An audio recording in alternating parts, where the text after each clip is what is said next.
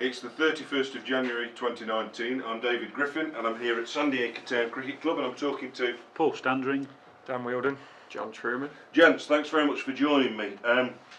We've talked in a previous interview about Sandiacre's successes in the 21st century that were kind of kicked off once you got into the Premier League. You won it in 2002, 2004, you won the Premier Cup as well, and of course we've already heard about the victory at Lords. But I'm also interested in what the evening was like at Lords, because you know not many people at your level of the game get to play at Lords. Even county cricketers, you know, it's only a few that actually go there and win a trophy. So what was it like that evening when you came off the field? Well, when we got, I mean, the whole experience, we were incredibly well looked after by the ECB for the whole 2 evenings and sort of 3 days of the occasion. So you stayed down the night of the game as well as the night we before? did, yeah. Which was all arranged by the ECB. After the game, after we'd had the presentations, which were fantastic, and I was 38 at the time, so the odds are I was never going to be involved in an occasion like that again. And I was trying to remember as much as I possibly could. But once we'd had the presentations, obviously we all got back into the changing rooms, and there was a few beers floating about. We had a shower, and it was just still trying to remember everything I possibly could. I went out onto the balcony and had a look over the ground, and it was sort of empty, and I was just trying to get a mental picture to sort of save it almost. And then from there we went outside the ground, and from memory there's is it the tavern? Is it? Yeah, we met up with some of the guys who'd come down to watch the game. Yeah. We'd have some drinks with them. Before the buses went back north to Sandiacre, because we'd all got family down there. We stood and had a few drinks with them, and it sort of progressed from there and ended up back in the hotel bar, and things started to get a bit blurry and sketchy. And at one stage the police were called, but I was in bed by then, so it was nothing to do with me. In fact, I'm led to believe from records that it was the club skipper that was probably the root cause of it. Not that I'm wishing to stir anything. Can't remember. But presumably at the time you thought this is a once in a lifetime achievement. Yeah. I guess. Yeah, definitely. Is that fair, John? Yeah, definitely. You don't think you're going to be lucky enough to do it twice. Yeah. So it did kick off a lot of interest in the area to really focus in on the competition though, because Ockbrook got to the final the following year. Unfortunately they lost. They got to the final, and one or two other sides then really took it seriously, and it did. I think people realise, yes, we have got a good standard of Premier League cricket in the area, and if you do get out of the group, you've got every chance of going far. Well, that standard obviously sort of manifested itself, if you like, during the second decade of the 21st century. And I know we can bring young Dan now into to the fore, because although you had those successes 2002, 3 and 4, there was nothing then for a best part of I think 8 years. But then you won the Premier League in 2012, 15 and 17. We'll talk in a short while, I'm sure, about another National Club Championship win in 2014 and the Premier Cup in 2012, 2014. So when you came down to Sandiacre in 2010, what sort of team were you walking into? Well, I'd played at Elveston the previous year. I'd decided sorely where I was playing to drop down a couple of divisions into Division 2, and I was, playing Derbyshire age groups and still thinking about potentially a career in cricket. So I went to Elveston, who played in the Premier League, but were a lower Premier League side. And I just remember in the bar, I think I got 2 or 3 wickets against Sandiacre, and after the game, John Jordison came up to me, and I was basically tapped up in the bar halfway through a season. And they said, look, we'd love to have you next year. I didn't think I had no particular affiliation to Sandiacre really, other than it's close to where I lived. I was just looking to try and play the best cricket I could, so it was a chance conversation. And the rest is history really. Who were you playing alongside in age group cricket at that time? Ross Whiteley, so me and Ross Whiteley opened the bowling for Derbyshire. Tom Poynton, and then me and Ross played up an age group with Paul Borrington. There would have been a few others. Dan Redfern was around, Akhil Patel. So these were cricketers, some of whom, well, all of those played first-class cricket for Derbyshire, and of course, last year you played first-class cricket for Derbyshire. At that time, did you suspect, sense, hope, have any expectation that you might get a gig with Derbyshire as a player, a quick bowler? Yeah, I think when I left the academy, I was hoping that would come. Now looking back, I should have pushed myself more. Really, I kind of waited for it to happen and waited for somebody to contact me. I think the way the club was at that time, that wasn't necessarily going to happen. You need to pester people and really put your name out there, whereas I was waiting for the coach to phone me and almost it just to fall into place, and it just didn't really. So I certainly had hopes at that time, but it just never really worked out.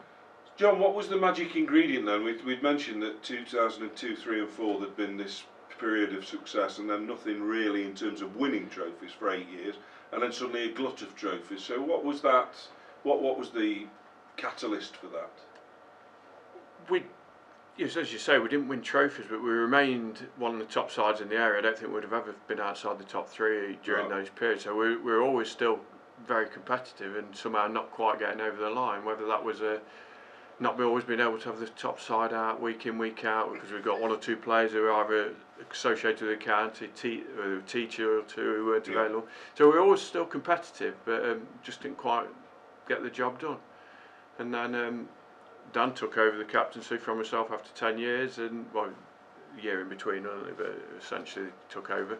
And new faces, and it fell into place. It might be better with Dan to tell you what. Well, I was going to ask, because yeah. Sandiacre are renowned certainly the last decade for having a particularly good bowling attack, without wanting to denigrate the batting. But was the bedrock of the success, the bowling unit? I certainly think from 2012 onwards, we had 3, you could argue, county standard bowlers, Ryan McFadden and John Jordison. When I joined, certainly were as good as a lot of people who played county cricket and had good careers in county cricket. And I learnt a lot from them. And I think if you have 3 bowlers who are taking 50 wickets every year, I think for about 5 years in a row we had 3 people in the top 5, 6 bowlers. That puts you in good stead to win leagues, really. And we prepared conditions that helped us, left a bit of grass on the pitches, and we looked to win the toss and bowl in any circumstance and just get teams out. And we kind of set a formula that we thought would work, and it did really. And it took a long time for teams to get used to it. Paul, by this time you've moved on. You've had your glory years. You've played second team cricket. Yeah. But presumably none of this has come as a surprise to you. You presumably have seen the development of these players. I mean, when we'd sort of done the Lords thing, I wasn't probably playing that much regular first team cricket, but I've been involved in that competition on a Sunday. But yeah, as I sort of started to play second team cricket, and like John said, they were still competitive. But then when Dan sort of came in, like you say, there was a sort of a changeover period, young blood. Although the likes of John Jordison was obviously then maturing into a strong senior bowler, but there was other guys joined like Ryan and Donk, and it was just a natural evolving, really. And was the second team and the youth set up strong and able to provide players that would challenge for first team players? I think there was 1 or 2, which I think is probably the target, really, because I mean the second team's in a very good standard of cricket. It's the highest second team in the Derbyshire County League, being in Division 2 and maintaining a strong presence in Division 2, which is always a good thing because it means the gap is a minimum in terms of standard between stepping up to the first team, although that's always a big jump anyway. It's a big leap to get a player out of the second team to be competitive in the first team, isn't it? If you're trying to win things, if you're trying to win things, that's the top teams are playing again. You've got county cricket, you've got overseas. It is a big. You've got very good club cricketers. For someone to come out of the second team and really hold their own in the first team is a big ask, really. Yeah, they're not going to get it very often. So sometimes you have to pick people up from lower Premier League teams who you think have got the potential.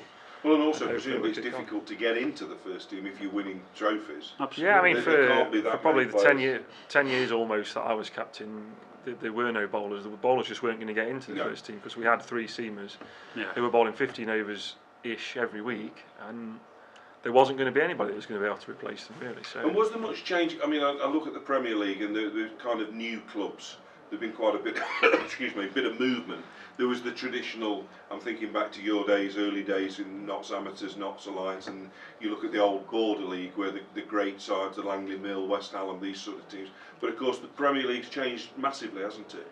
And have you've noticed that change presumably as teams have flitted up between the divisions? I mean, there's one or two teams disappeared because money basically started to have a strong influence on the sides that were being put out, and some sides have probably fell foul of overstretching themselves. We'd like to think we're a well-rounded club, and we obviously have to compete financially because that's the nature of it and that of the league now. But we do it off a very strong base as a club with a lot of local lads still. I know the side that won at Lords, there was 6 or 7 lads inside 4 or 5 miles of the ground who lived at the ground. I think 2014 the same sort of tale. Yeah, 5 of us went to Warsaw. Yeah, we had 5 people who went to the local school. We had only 2 players over 30. Is that a challenge, the financial side of it? When you see, without mentioning names, we all know there are clubs that have little spurts of growth and success because they get well funded for a short period of time. Our recruitment was always based on characters. We want people to come here who want to play for Sandiacre. If money was their reasons to play cricket, and that's not the person we wanted. We've always recruited people who would come, want to buy into the team atmosphere. We have very few turnover of players, certainly in my time. And in John's time before, very few people come and go in 1 year. I can think now of the team playing over the last 2 or 3 years. When I first joined, I was playing with half of those. Another 2 or 3 I'm not playing with just because they've either dropped down in standard or have packed in playing. So the core has remained 7 or 8 players every year, has rolled through year on year. And that's where we've been better than other sides. I would suggest that. And as a club, they'll still, on a Saturday, if they're not playing, you'll still find them. Not every week, but they'll still be down here having a watch, having a pint, and you see that on a Sunday as well, won't you? With a 4th team, they'll come down. So it's a strong club. It is, and I think that's one of the most important things to emphasise is club. It's not a first team and then your club starts at second team and down. It's from first to 4th team and all the juniors. It's one club. Now we started this interview talking about the celebrations that followed winning the National Club Championship in 2003 at Lords. And then, as you said, John, you thought it was a once in a lifetime, but 11 years later you did it again. Although this time not at Lords. So perhaps we can just start by working out or explaining why it wasn't played at Lords and where it was played. Well, the sponsorship of the trophy changed. I think when John won it, it was the national championship. Then it changed to the Cockspur Cup, and we were actually unlucky when we won it. If you can be unlucky when you win it. The last ball. The year previously. The winners had got a trip to it was sponsored by the Cockspur, and they got a holiday in the Caribbean off the back of it. Really? But we, as a club, won £6,000 and no holiday. So, we're down unlucky. It changed sponsors, and for one reason they took it out to the grounds, and it's still that way now. I think it goes out. But you played at the final was at. So we played at Bristol. Right. They still had the full setup from an England one-day international, so the stands were all the way round. You were captain. I was captain. Yeah. And if I may just, Paul, you were there presumably. I was there, as a long-standing player. And went down the night before. Right. And John, you played. I did in my latter years, yeah. Right. So just interestingly, we'll just backpedal a little bit to sort of the last 16. Did you have a sense of, hey, we could do this again? Because you'd been there and you're going to do it twice. Myself and Dan got us over the line at. It was one of those things. It was at Stone, that was in the last 16. It just felt like there was a lot of moments where things just clicked into place. We won from some impossible positions. We had one-handed catches, one-stunt run-outs. We just gathered momentum, and we were just a team of kids really with. Two guys over 30. A good side, clearly, because you won the Premier Cup that year. Didn't you? We won the Premier Cup the day before the final, so we played early. The league started early at I think 10 o'clock. We started the Premier Cup final. Really? In a 40-over game against Ticknell at A&B. Right. We won that. Literally had a photo, jumped in the cars, bombed down to Bristol. Wow. Got a suit on, went to the meal. It was a bit of a whirlwind weekend, really. But through the whole competition, it just felt like we were gathering momentum, and we were beating teams who you turned up and they looked at us and just thought, this lot aren't going to beat us. And who were you playing in the final? We played Sunbury, who on paper, they had well over 200 first-class matches, as well as numerous list A. They had John Maunders, David Nash, Middlesex, Adam London, and also Amar Verdi, who hadn't played at that time, but he's now England Lions and Surrey. So that they had a star-studded team, and they were all 20, late 20s, early 30s seasoned cricketers, and they watched us warmed up, and you could just tell that they thought they'd beat us. It was, we were messing about playing head tennis. Didn't look that serious of a bunch. Even though we didn't take it that seriously. We didn't look nervous. And was it another bus trip for the families and everything? Did you take? Yeah, there was good supporters down. I was actually down there independently, but yeah, there was good bus trips again, and we'd had some fantastic bus trips on the way back from the previous rounds. Right. We won at Chorley, again in a very tight game. Then we went to the we were local. the better side there. We had the horrible wicket, wasn't it? And Yeah, we got put in on it. They tried to cancel the game on the Saturday night, so we're all waiting to go to a semi-final after winning a league game, and we get a phone call to say the game's off, the pitch is not fit. And we thought, this is a bit strange, it hadn't rained that much, sort of thing. So we said no, we insist that we're coming to play this game, and so we said the umpires we want to go, and we got there and it was fit to play. It wasn't good conditions, but it wasn't that you couldn't play. They just tried to cry off one reason or another. So yeah, we had some fantastic bus trips on the way back.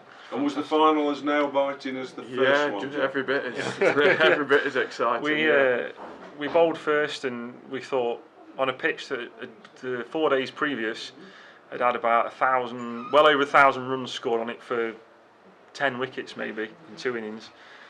We thought we got a total we could comfortably chase down. It was under 200, and we got off to a sensational start. I think we were nearly 100 for one, with plenty of time left, and then from nowhere we just completely collapsed.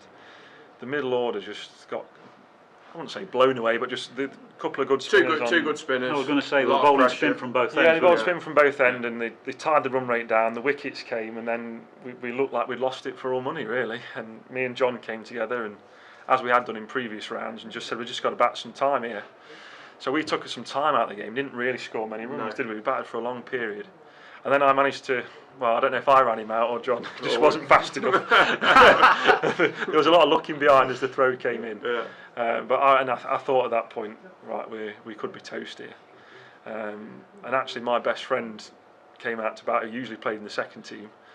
And I just said, we just got to bat some time here and see what happens. And eventually we ended up getting down to the last over. Need 5 off the last over with 2 wickets in hand, I think. They'd bowled the bowlers out. They bowled the bowlers out. So they had still John Maunders, who had been a county cricketer and bowled in county wasn't cricket, a bowler though, was he? but he didn't bowl particularly quick. And we scrambled. Ryan faced the first ball, and he had a wild swoosh at it. And I remember stood on striker's end, having batted for about an hour, thinking, I've got to go and say something to him. So I walked down and said, Ryan, do not do that again. Just get back on ball and get me on strike.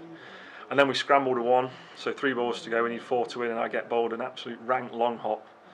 And hooked it, I thought, straight to deep square leg. Look at the big close. They brought everyone in off the boundary by 10 yards and To stop the 2. Then it went over his head, straight over inside the leg in for 4. And I didn't know we'd won out. For some reason, my mind had erased the single that we got. So I'm striding. Yeah.